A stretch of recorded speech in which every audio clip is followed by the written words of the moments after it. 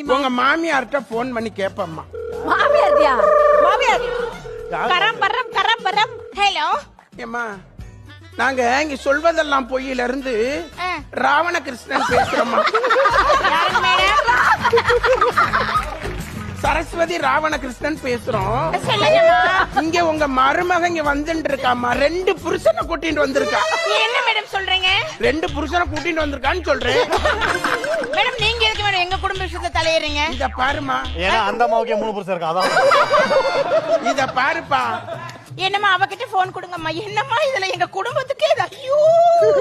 அம்மா இருங்கம்மா, அழாதீங்கம்மா. நான் உங்க மருமகிட்ட கொடுக்குறேன். கொடுங்கம்மா. ஹலோ இருப்பா, நான் போனே கொடுக்கல. மாமியார் ஹலோ. உங்களுக்கு தான் தெரியுமே, நீங்க தானே சொன்னீங்க 3 கிட்ட. பேசாதடி நீ. எங்க போய் உட்கார்ந்திருக்க? அந்த பொம்பளை மூஞ்ச பார்க்கவே ஒரு மாதிரி இருக்கு. மேடம் அங்க